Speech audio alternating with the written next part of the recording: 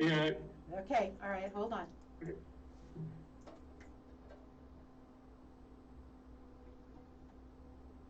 Hello there, and welcome to the Dr. Elisa Show here on KUHS Denver, the stream. Thank you for joining me. I have, as usual, an amazing guest, though this one, I am so excited to have this guest on today. It's the amazing, wonderful Jeff Walker, that I'm going to cut my intro of myself a little short. But if you're joining me for the first time, thank you for joining me on, I'm messing with technology, there we go. As you know, I've always got a little bit of a glitch when I start. Thank you for joining me. This is an amazing opportunity to reach out to each of you and ignite a renaissance of spirit in you. I'd like you to check out my website, elisarobin.com. I'll be launching a new mentoring program, not coaching, mentoring, next week. There's some information there, so stay tuned there. You can also find me on Facebook, on Twitter, on Instagram, on LinkedIn, Elisa Robin. I'm kind of everywhere. And if you are listening live and you can get to Facebook, you can also watch us chat and join the conversation on the Dr. Elisa Show on Facebook. And we'll be live there in a few minutes as we sort of get going. Also, you can still find my book, Way of the Well, on Amazon.com. It's my first novel. The second novel is taking a little longer, but it will be out the end of August. And guess what else you can find there? This is Jeff Walker's book, Launch. This is the old one. We're going to be talking about the reboot, Launch 2.0, I guess, in just a minute. So, Jeff, thank you for joining me. I'm so excited to have you here. Well, thanks for having me. I'm looking forward to this. So let me tell you a little bit about why I want you on and how I connected, how I discovered you. I invite people on who have inspired me because my goal is to inspire other people. That's the intention of this show.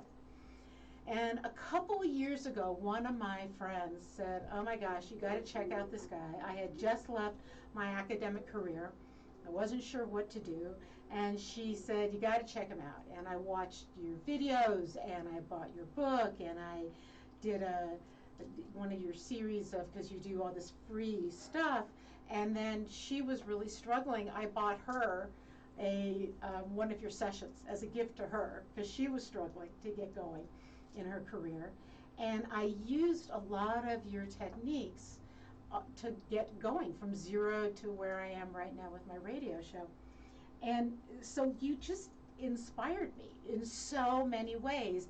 And then I watched all these great videos, conversations you had with people who you also had inspired.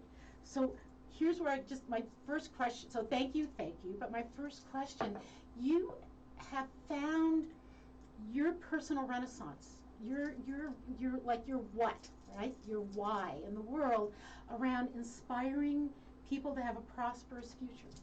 Can you just talk about that journey for a little bit? Yeah, it's been a crazy journey, and in retrospect, I can tell a story where it all makes sense and seems like it all just I planned it out. That's great. But that's not the way it was. It was okay, just, absolutely. Starting from desperation and just trying to figure one thing out after another. I started as a stay-at-home dad with my, well, I guess I was going even further back. I was in the corporate world for a number of years, and I just never fit there and didn't feel like I fit and didn't feel successful. And when my wife became pregnant with our first child,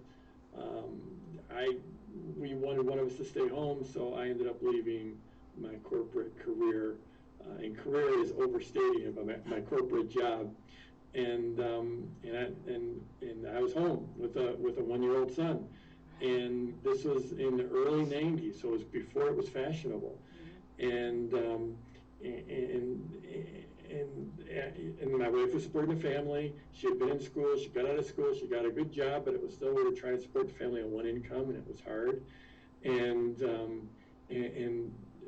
and so I was looking around for some way to help try to support the family.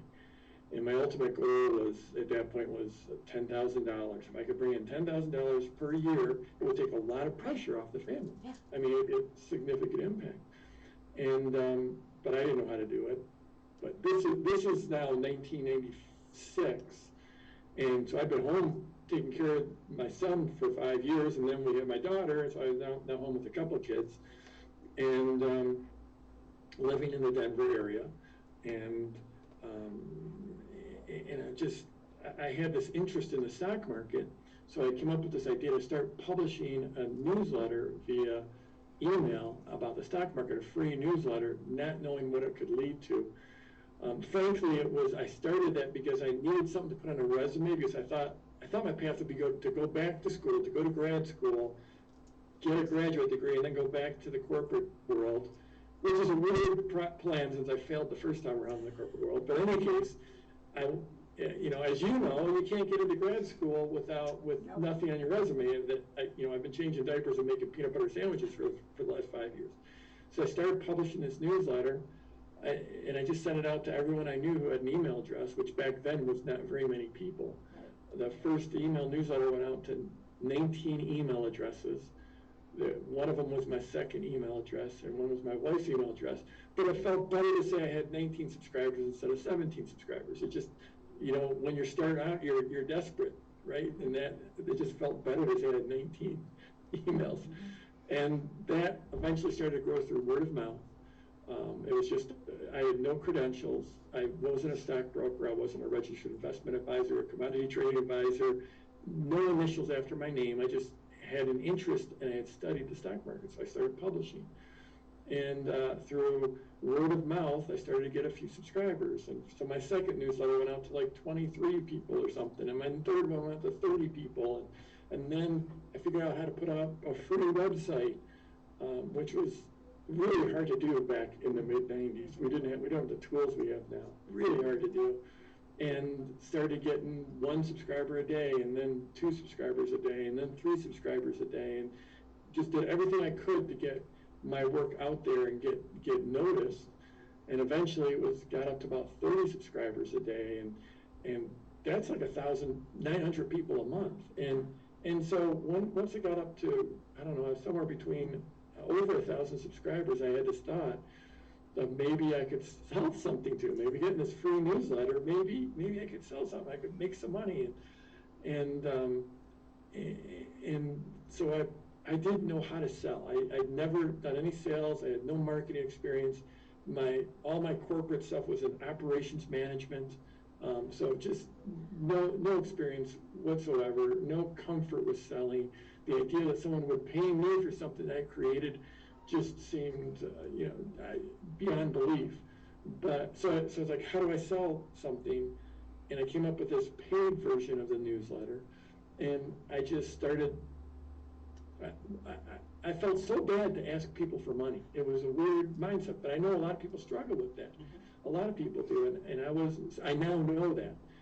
But I was, and plus I felt like these subscribers almost like they were my friends, and so I felt bad about asking for money. I didn't know how, so I started romancing them. I started to put together what we now call pre-launch content.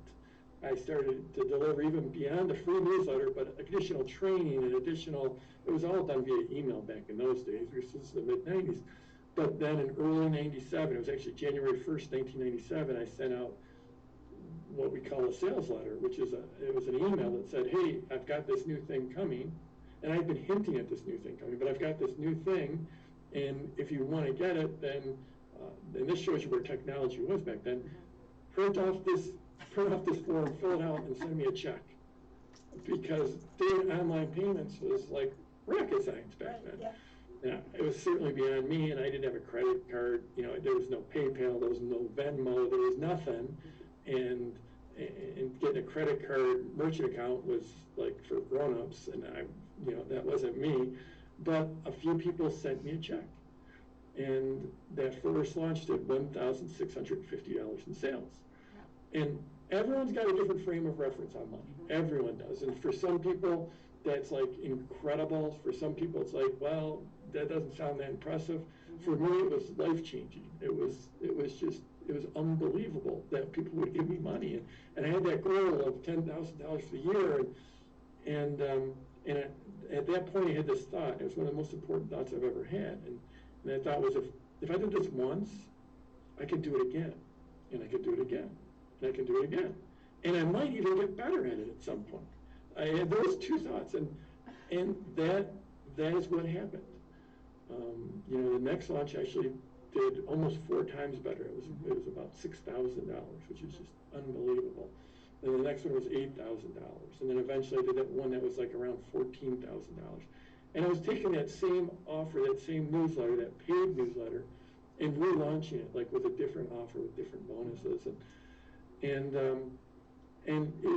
I was just sort of stepped on this train, and I just kept on putting one foot in front of the other. And so that was 97, early 97.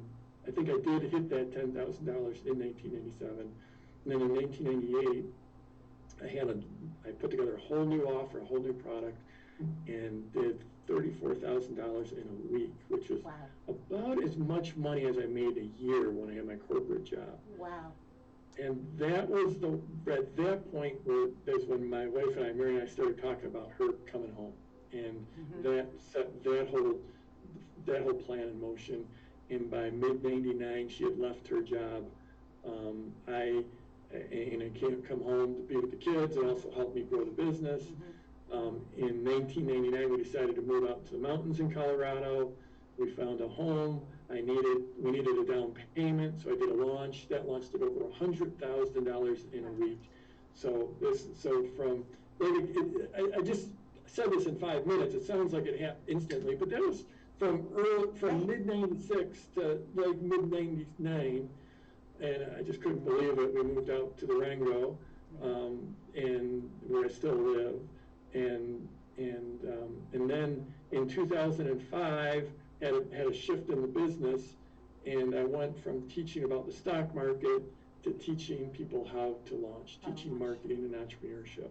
Because I found over those years, my passion for marketing and for business building and for entrepreneurship was greater than my passion for the stock market. So in 2005, I launched and it just grew the business even more. You know, the launches started to get into the hundreds of thousands, into the millions. I've done crazy things like, you know, $5 million launch in 5 days. I had $1 million hour. Actually, it was like $1 million 53 minutes. And so it's just been this crazy ride. But the important number is that now my students who've gone through my process and learned this launch process that I teach have done over $1 billion with a B, dollars in sales. And most of them, and that's not like $1 billion of selling real estate. You know, these are mostly people, very small businesses, either 1-person or 2-person businesses, micro businesses, some of them bigger, but usually starting out as micro businesses, 1-person business, selling probably 80 to 90% of my students sell information-based products like training or online courses or online membership sites. And they tend to have very high margins. So when someone does a launch of $100,000 of a digital product or $10,000 of a digital product, much of that can go right to the bottom line and actually be a profit. Not all of it, but it's a very high profit margin. So that $1 billion has changed so many lives. And then my students have changed so many lives because I have people that are teaching everything you could imagine, from how to read echocardiograms to how to have a massage practice to how to knit a beautiful sweater to how to play tennis to how to have a meditation practice to how to train your dog and how to carve wooden dolls, how to do surface pattern design. It just goes on and on and on, including, you know, how to take care of your child that's on the autism spectrum, and how to take care of your child who's got fetal alcohol syndrome, or how to be a better parent to your children. And so the impact has just been, it's hard to believe. I started out just a stay-at-home dad, just desperate to try to, you know, help pay the mortgage. But here we are. That's 25 years. There you go. So here's what's fascinating. I've heard your story before. I've been following you for a while. And as I said, I've used some of your techniques to build a website, build a radio show, all those things. But you said some things today that I have not heard you say, or perhaps I wasn't listening. I heard the part about your sort of this resume building. Didn't realize grad school was part of it. But there are so many, especially women, and especially now, who that is their resume. I was changing diapers and making peanut butter sandwiches, and now helping homeschool my child. That they're desperate, that they want something different, that they would love a micro business, but they don't know what to do. But the word you said that captured me, that I've never heard you say, was romancing.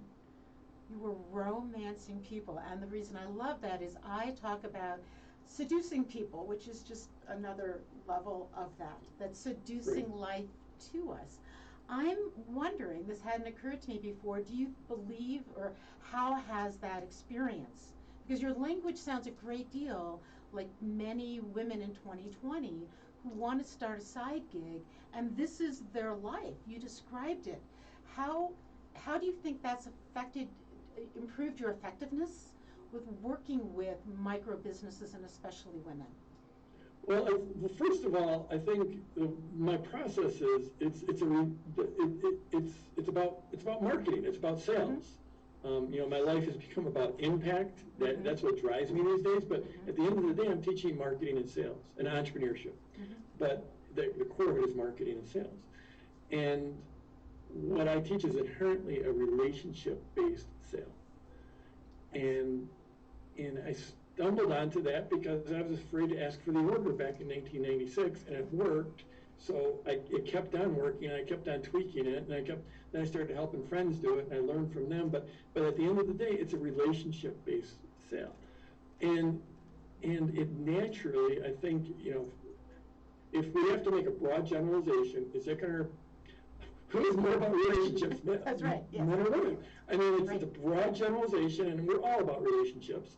But that softer sale, I think, tends to resonate very strongly with women. Yes.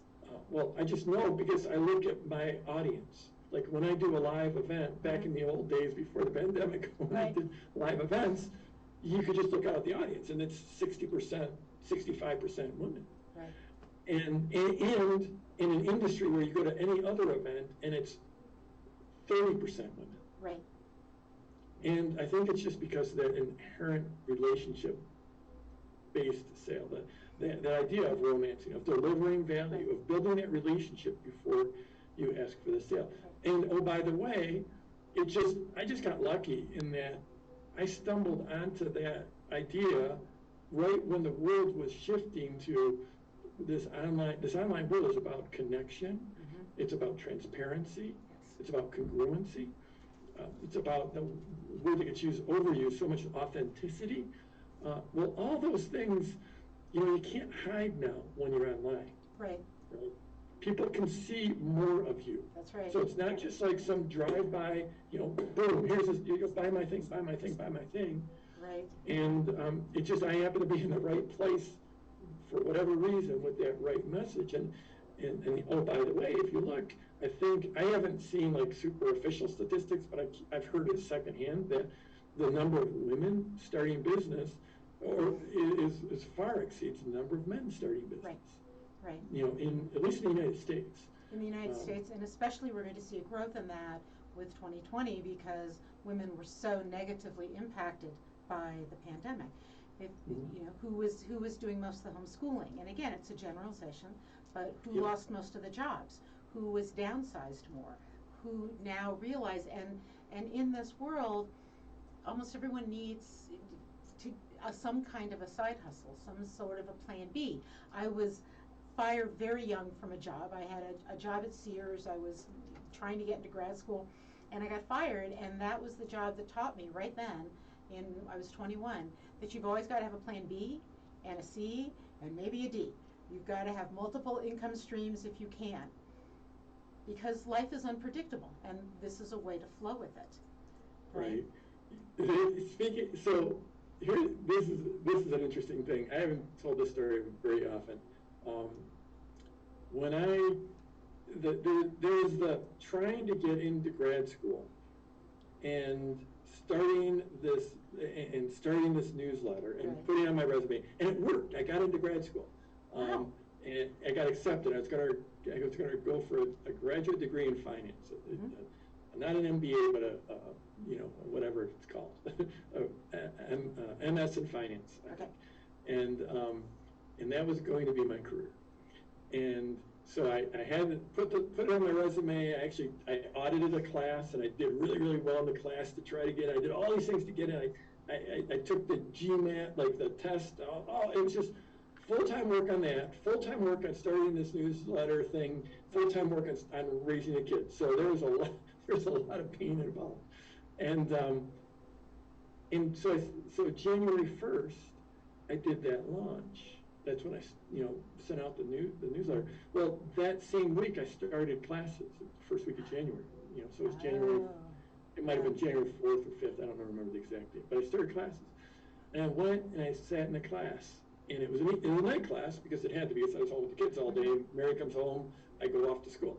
So I'm sitting in that class, and before I finish this story, I have to say I'm not an impulsive person. I sort of plan things out. I'm not an impulsive person, but I'm sitting in class, listening to the lecture, and for grad, and there's like 100 kids in this class, and it's finance, and you probably remember like Peanuts, the teacher in Peanuts. That's what it felt like for me. I'm listening to this professor. I'm looking around. I'm 10 years older than all the kids in the class. I'm just sitting there like, and I'm thinking about doing that launch and $1,650, and I'm thinking about 2 years of grad school and then corporate world. I'm thinking about $1,650, and in the middle of that class, I just got up and I walked out. Wow. And I'm like, this is not my future. And I worked so hard to get there, to get into. I created this year-long plan to find a way to qualify to be in that room, and then I'm like, I see the future. I did this one launch, and I know I can do it again. I see the future. I'm done. I walked out. That's an amazing story. One, because it takes a great deal of courage. One, because that was also a lousy graduate class. Can I just say that? Having been an academic dean and a professor, that was a lousy class. It takes so much courage to walk out of something that we have put that much energy into and have, oh my gosh, I'm here, I can do this, and I want to play off of that because you saw the future. How have you noticed that in your work with your clients? You help them see the future? Yeah, I actually think that's part of my job is to hold a vision for their future that's bigger than they can see. I think, given my experience now, it's been 25 years. Right. I've had 25 years in the online business, 16 years of teaching people about entrepreneurship, and tens of thousands of students, hundreds of thousands of books sold. I've been through it. You've been through it. And I've been, and I think it's my job to have that vision for their future that's bigger than they can see, because I couldn't see it. I mean, I'll tell you what, like one of the cool things I did was I found a training program, the first online training, it wasn't online, the first program about online business that I could find was a training program. And it actually shipped to me in a floppy disk to show you how old this was. And part of that program was to like put together a set of goals. And there's a lot of different ways to set goals. There's SMART goals and there's this goal and that kind of thing. But this exercise was, think of the biggest goals you can that feel relatable, that you actually can conceive of, that you could actually achieve. And so I set out all these goals in all these areas of my life.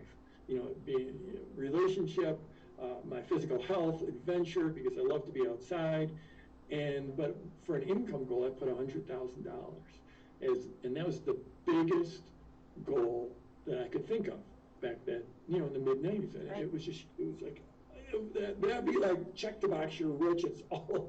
I did it. I made it. There's nothing more right. to be done in terms of income. Mm-hmm.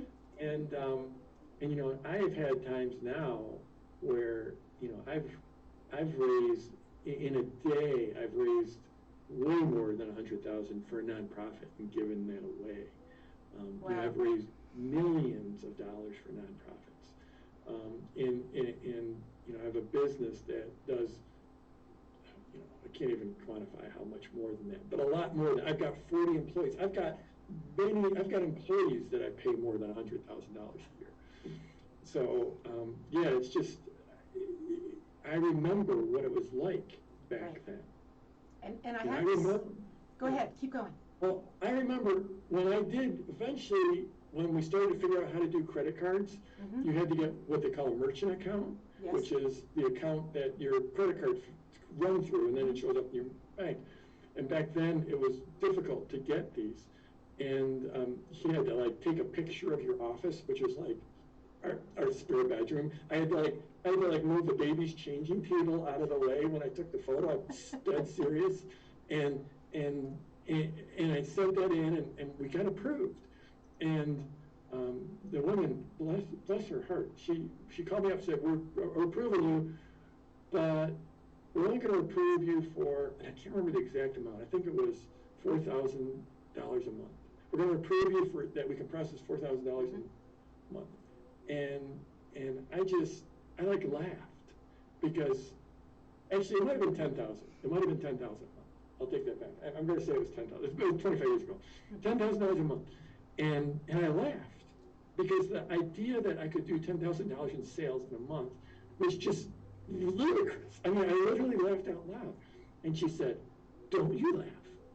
Don't you laugh. You're going to get there. You're going to get there." And oh my gosh. I mean, I was like, I didn't believe her. But looking back, it was such a sweet moment for her to, I mean, she's just working at a bank and approving it. But yeah, she's like, "You're going to get there. You're going to get there." But one of the things that comes through as we're speaking is, and I have to say, it's the reason you didn't enjoy the class, that graduate class, and what makes you such a great teacher. One of the things I've learned over many, many years is that when we get good at something, we forget the beginning. We forget that first step, and we try to teach people from the I'm already there level. And all of your stories go back to, right, peanut butter sandwiches and changing tables and what's on my resume, and I think that's one of the reasons you're so impactful. I want to say, it sounds like so much of this now is less about money and more about changing people's lives and impacting others and fundraising, and that's what drives you now. Can you talk about that? Yeah, absolutely.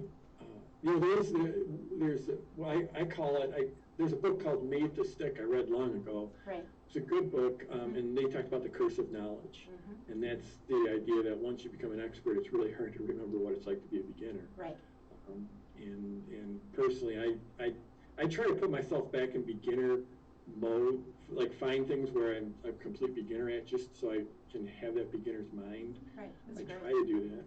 But, you know, in 2008, I did a launch, and that was a launch that did $1 million in 53 minutes.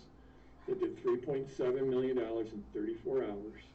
And remember at this point, I'm only 12 years removed from $100,000 was the biggest number I could think of. And at that point, and I got a caveat, 3.7 million, that's not all profit. I had partners, like promotional partners that I was paying commissions to.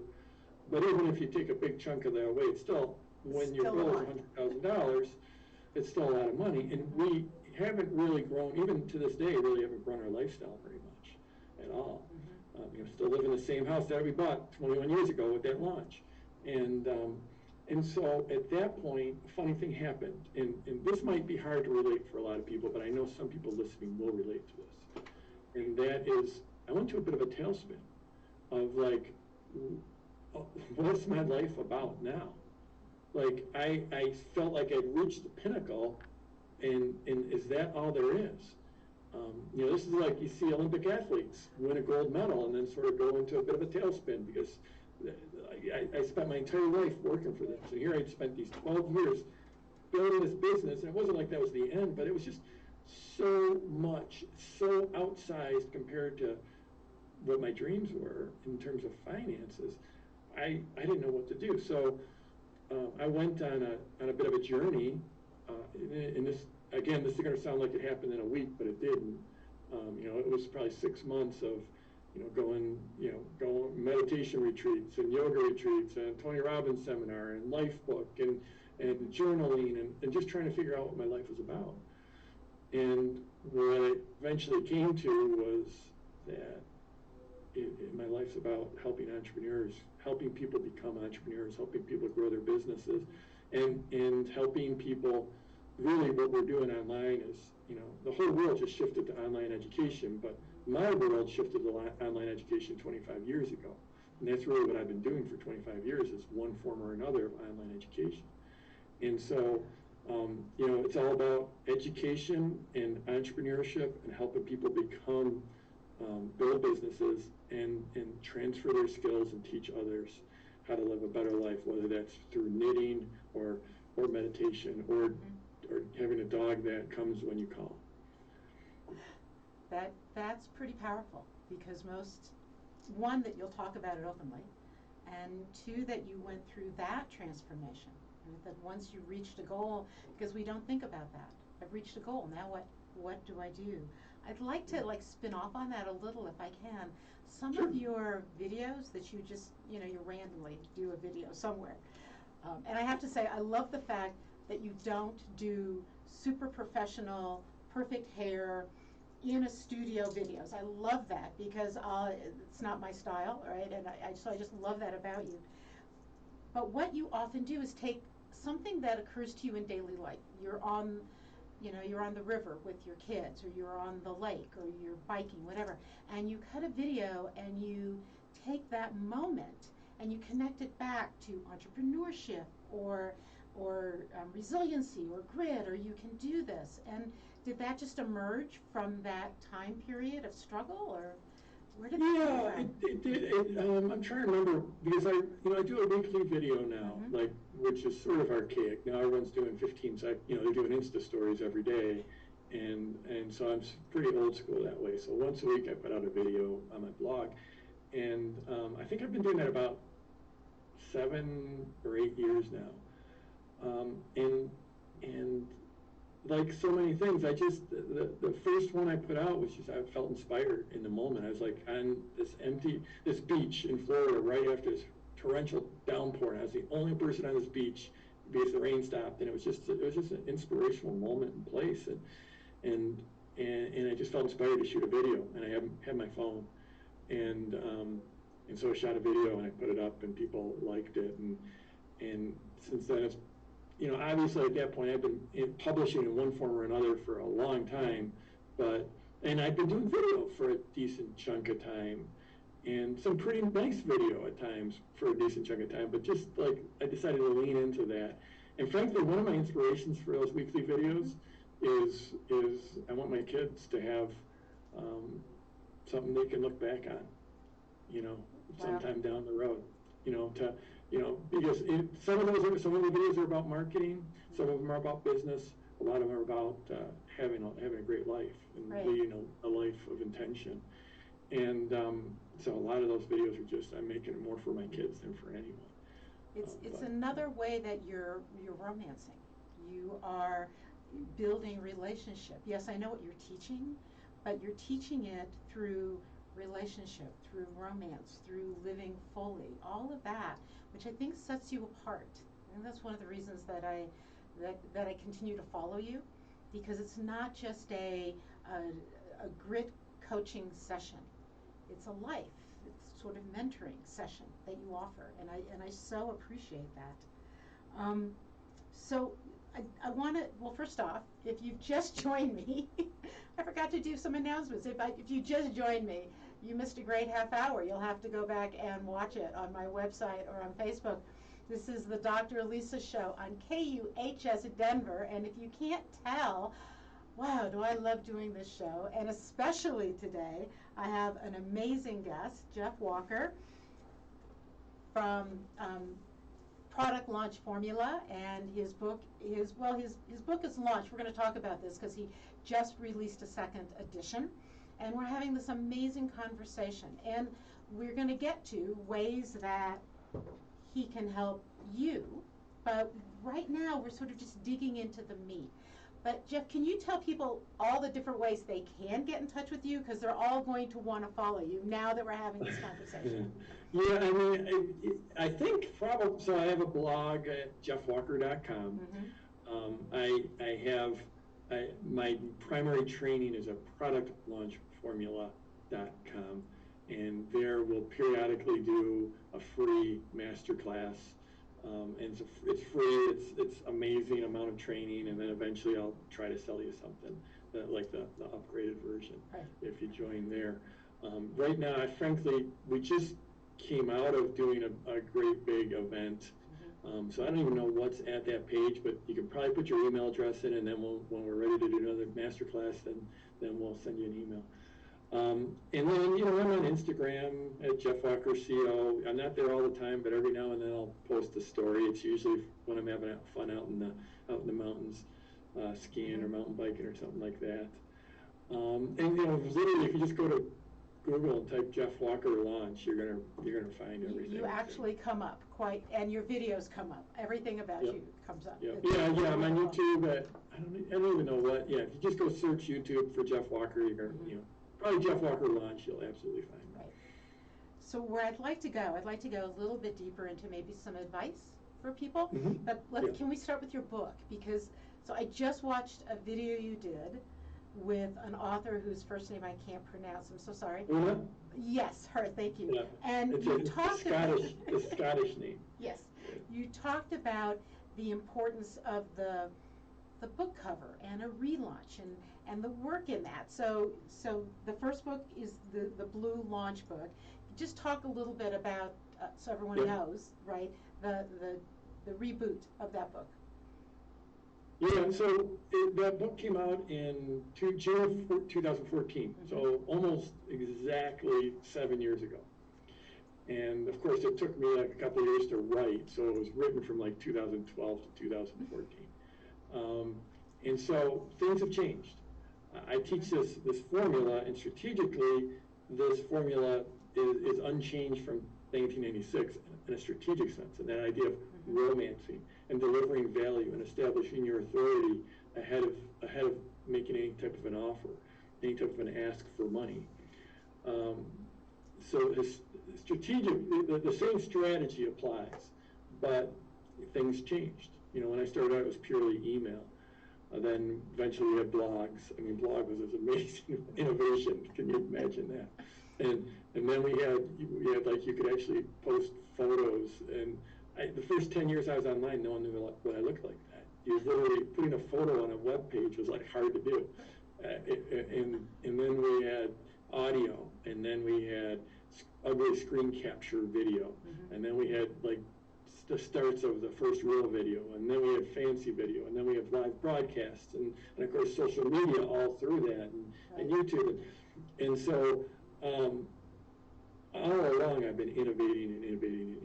So this book, the new edition, we changed to Hay House as our publisher, which is a major publisher, and I'm dear friends with the CEO there. So they took my book, and it's a major rewrite. It's actually not out yet. It's not going to be out for until the end of July. It's on. I don't even have a copy yet. I'm not going to get a copy now for about 3 more weeks. And it's on Amazon. You can pre-order it on Amazon. Okay. The cover is completely different. The title is. One other thing back, just because I can say it. When the first edition was released, in its second week, it hit #1 in the New York Times. Wow. So that was pretty fun. That was like, well, I got a plaque for that. I mean, you have to. Someone sent me a plaque for that. The New York Times doesn't do anything for you. Right. But in any case, so it's a major update, lots of additions. Social media is new. Social media existed back then, but it wasn't what it is now. The paid traffic, where you can advertise and drive traffic, is gone to a whole new level, and is to a very and has helped our kinds of businesses quite a bit. and then the ability to use live broadcasts like this in a launch has really been a major innovation that actually works really well for people that are just starting out. Amazingly enough, I didn't see that one coming, but it's become that way. So I added all that in and refreshed all the way up throughout the book, and it ended up being a lot longer. Which I don't like to talk about it, but because I don't want people to think it's too long, because it moves along, the book flies along. But yeah, new cover, new subtitle, the same formula, all updated. Is there a new intention with it? Because that in the interview I saw you do, she talked about changing from a bestseller intention to a changing people's lives intention, and you said that will change your launch, that will change your process, that will change everything about what happens. So is there a new intention with this book? Well, it's funny. No, in that, like when I put that book out, it was for a few reasons, three big reasons. The first reason was a book is a great way to newsflash for everyone out there who wants to have a book. You don't make a lot of money with books. Even when you sell, I mean, I've sold hundreds of thousands. You still don't make very much money. The typical, if you go through a trade publisher as opposed to self-publishing, the typical deal, I think is around 8 to 12% of the wholesale price. And the wholesale price is 40% less than the retail price. So if you sell a $12 book, the wholesale, you're probably gonna make $1 off of it. And most books sell a few thousand copies, and you're going to spend 2 years of your life writing this book. This is I'm sorry for cold water, but unless you're J.K. Rowling, that's right. There's very, very few people that make money off of a book. But it's still great. There's lots of great reasons to have a book. Lots and lots of great reasons. One of them, you just want to you have something you want to get out. Right. And that's a great reason to write a book. And another one is if you have a business, it can be a great business card essentially for your business, but it also can drive people into your business. It can bring people in, and it's brought. So that first, I knew that would give me a wider exposure to bring people in. Second, is that this formula that I invented is a pretty big deal. It's changed the way marketing is done. It's changed the way online business is done. Literally, it's transformative. And someone's going to get credit for that, and I wanted it, it was my baby. I wanted it, I put my stamp in the ground. So part of it was legacy. So part of it was bigger awareness, more people coming into my business, what leads is the term, more leads coming into my business, because people find the book, they love the book, they look me up, and they start following. So leads, legacy, and then the third was impact. Because my online training is not inexpensive, but this way, for the cost of a book, people could get the formula and run with it. Right. And I've had, just people do incredible launches just with the book, never looking me up, never. In the new book, I tell a story of, and I want to come back to intention in a second too. Okay. In the new book, I tell the story of going on Amazon and looking at the reviews of my book, which is generally not a good thing. I don't suggest this to anyone, but I had the new edition coming out, and I wanted to find out what people didn't like about the first edition. Right. And it's like, if I could correct that, fine. There's got to be some knowledge, some wisdom there, if there's a common thread. The common thread of the 1-star reviews is they all thought I was hugely egotistical. So there you go. There you go. Yeah.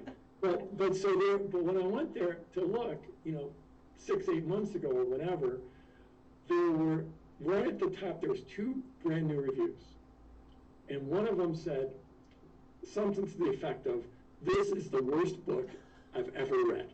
Like, just there's no value in this book. Worst book I've ever read."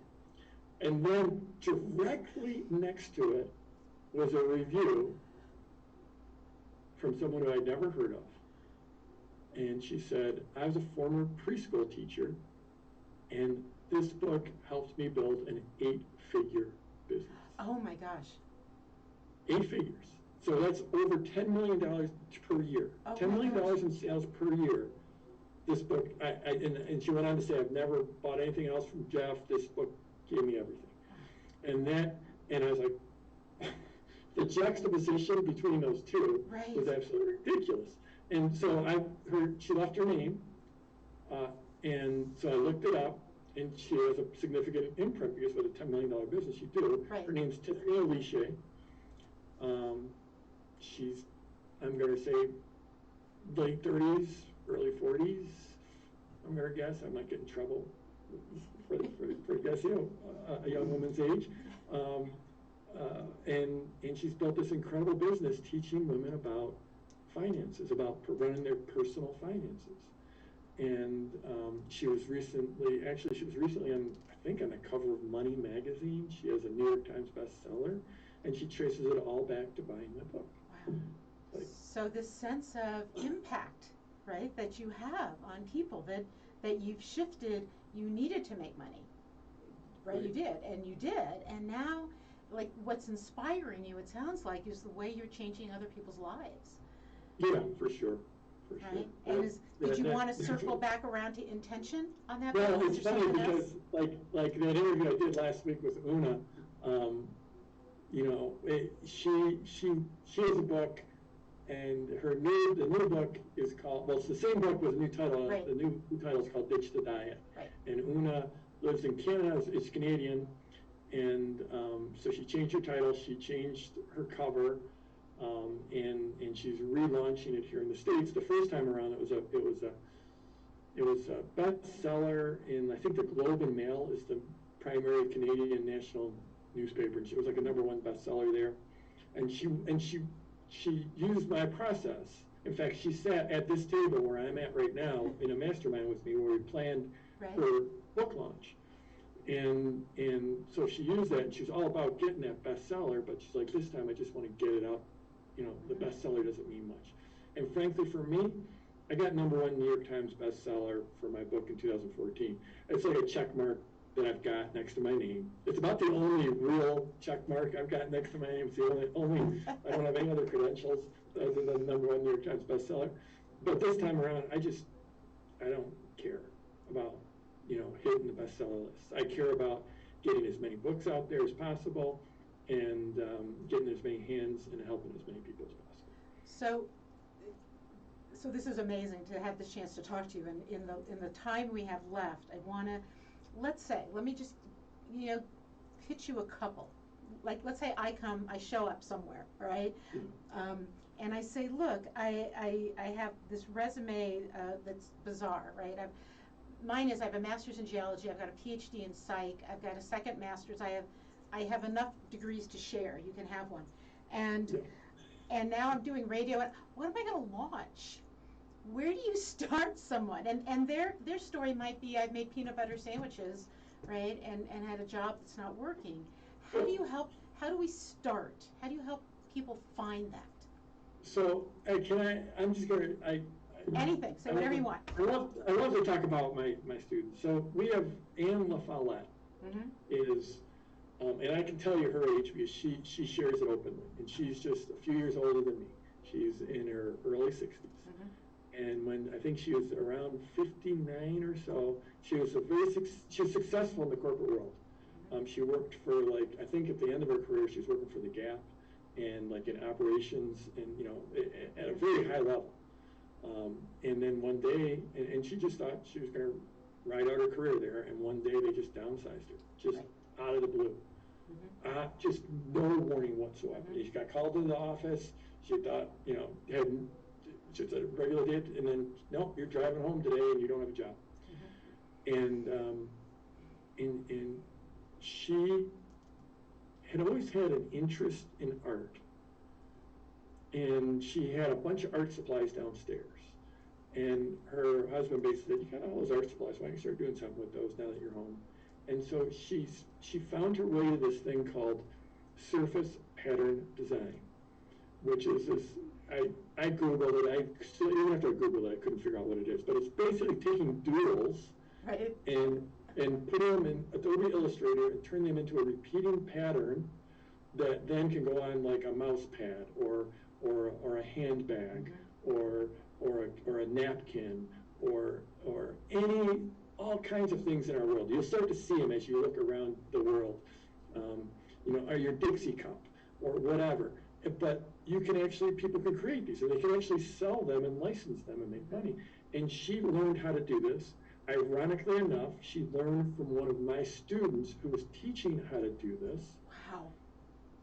She found her way back to me, started what she started doing, so she developed this interest, developed this skill of doing this surface pattern design, and she started publishing and what she started doing was a live broadcast, just like this, right, every week on Facebook.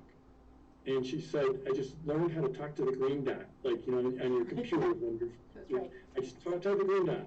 And she had a cousin, I think her cousin's name was Katie, and her cousin would show up every week and watch her. And that was the only person, but she's just talked about the surface pattern design. And then she started spending, I think it was $4 a day on Facebook advertising her work, which was nothing but doing these lives every week, and gradually had people start to show up. But she'd been practicing talking to the green dot, and she's like, that's all I did. I talked to her. Now there's a few people, now there's 3 people watching, now there's 4 people watching, now there's 5 people. Then she did her first launch, and it was like a proof of concept, and frankly, I can't remember what the dollars were, but it was better than my first launch. I think it was $10,000 or something. And this is all recent. This is all started at the end of 2018. And then in 2019, she did a couple launches, and she made $100,000. And then last year, during COVID, with all kinds of people at home looking for something to do, her business grew to $400,000. She's 62 years old right now. Wow. She said she loves no entrepreneurial experience, no following, whatever. But what she did is she started publishing. She just started publishing, and she grew a following, and she grew a connection. Now, one important thing is she's basically teaching people surface pattern design. And this other woman that she learned from is also teaching surface pattern design. The other woman that she learned from is 35 years old. Some people want to buy from a 35-year-old, and some people want to buy from a 62-year-old. Some people want their teacher to be a 62-year-old person who got downsized out of their job. And she leans into it. She loves her people. Her people love her. Because it's just Ann showing up. Ann's Doodles.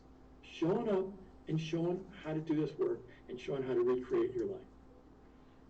So again, it's about romancing. It's about relationship. It's about what I talk about, following your soul's craving, right? Being that true self. That and following that. And I know there's much more to it, and we have all of 1 minute here, so we can't go. But this has been an absolutely amazing time with you. I will tell you that I've used some of your techniques to grow my radio show, and I'm using more of those. And I'm actually, and I'll report back if that's okay, I'm going to do a launch either next week or the week after. I've got all the pieces together, and I've got a few of them lined up. And like I said, I bought one, I gifted one of my friends I think it was the last one you did, the, whatever that was, the product launch. Yeah, that one. Yeah, I gifted that one of my friends.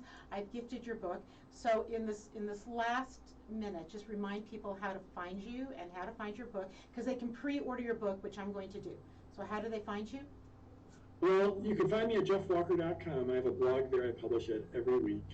You can find, and then just if you go to Amazon and just search Jeff Walker launch, and you'll find the new edition. The new edition is like orange and yellow. Yeah, it's jazzy. Yeah. It's really jazzy. Yeah.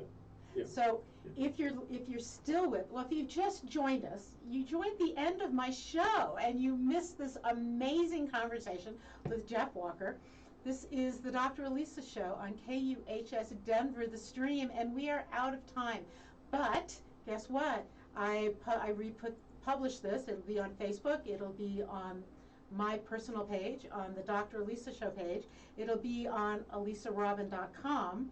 I'll also link it over to my YouTube site and LinkedIn and Twitter. And I have to say, Jeff, I was already teaching online, so I knew technology, but it was your book and your launch that I attended that made me realize I had to go further. So you've already helped. So if you're listening, so Jeff, thank you. Just hang on for 1 minute. And thank you everyone for listening. I'll be back in 2 weeks, and until that time, please stay well. We're still working on that, but more importantly, or as importantly, please stay inspired, because there's so much in this life that you can use to ignite your life and to live your soul's craving. So have a great 2 weeks, and the next time I see you, we're going to inspire you some more.